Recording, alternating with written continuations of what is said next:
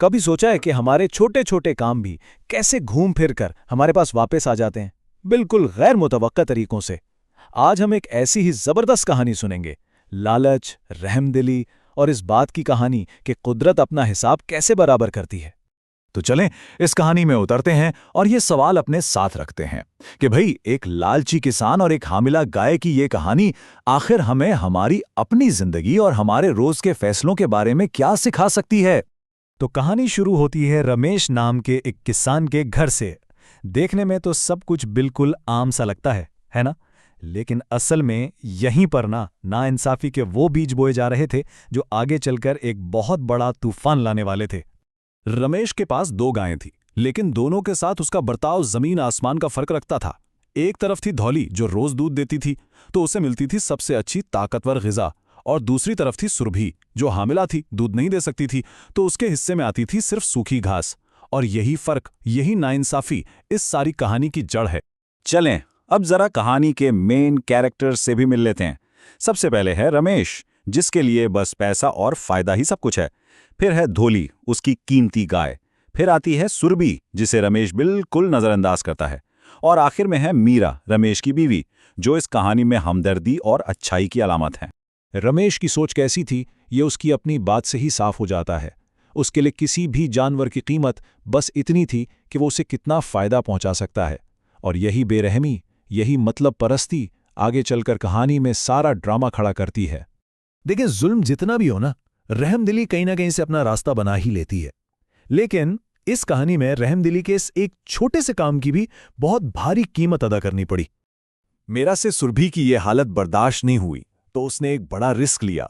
वो छुप छुप कर सुरभि को अच्छा खाना खिलाने लगी।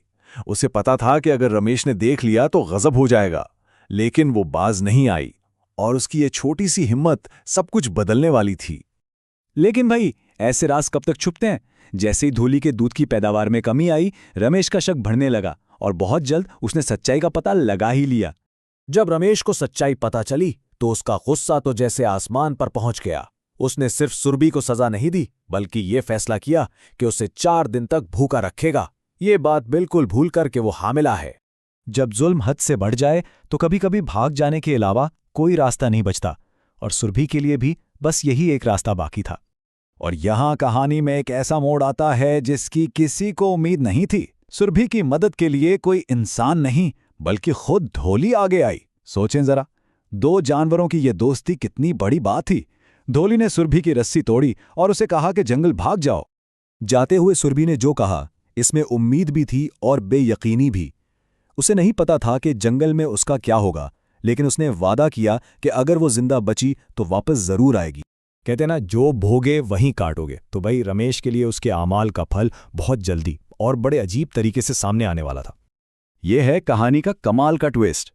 एक तरफ सुरभि को जंगल में आज़ादी और हिफाजत मिलती है, और दूसरी तरफ उस पर जुल्म करने वाला रमेश एक अजीब सी बीमारी का शिकार हो जाता है।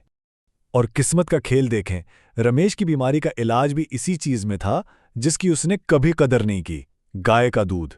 दवा को काम करने के लिए दूध के साथ पीना जरूरी था। लेकिन बात इतनी सीधी नहीं थी। जब भी रमेश दूध पीने की कोशिश करता, ग्लास उसके हाथ से छूटकर जमीन पर गिर जाता। ये हो क्या रहा था? क्या ये बस ऐसे ही हो रहा था, या कुदरत अपना इंसाफ कर रही थी? और ये एक लफ्ज जीरो सारी कहानी बता देता है। एक बूंद भी नहीं, रमेश एक कतरा दूध भी नहीं पी सका। हर बार कोशिश नाकाम, और उसकी हालत खराब से खराबतर होती जा रही थी। आखिरकार मीरा ने इन बातों को जोड़ा।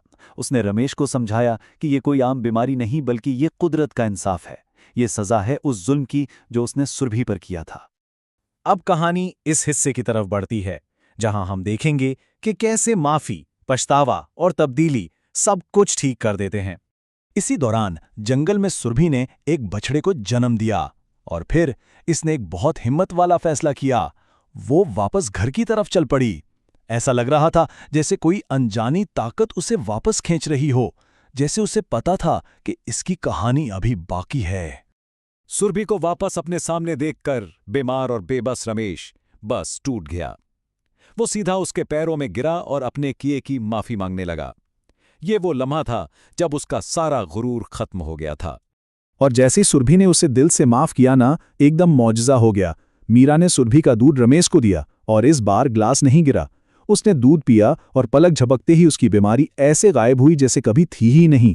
बस इस एक वाक़ये ने रमेश को हमेशा के लिए बदल कर रख दिया।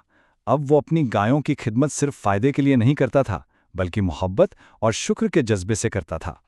तो आखिर में ये कहानी हमारे लिए एक बहुत गहरा सवाल छोड़ जाती है कि क्या सच्चा पछतावा और माफ़ी वो जख्म भी भर सकते हैं जिनका इलाज कोई दवा नहीं कर सकती? इस पर सोचिएगा ज़रूर।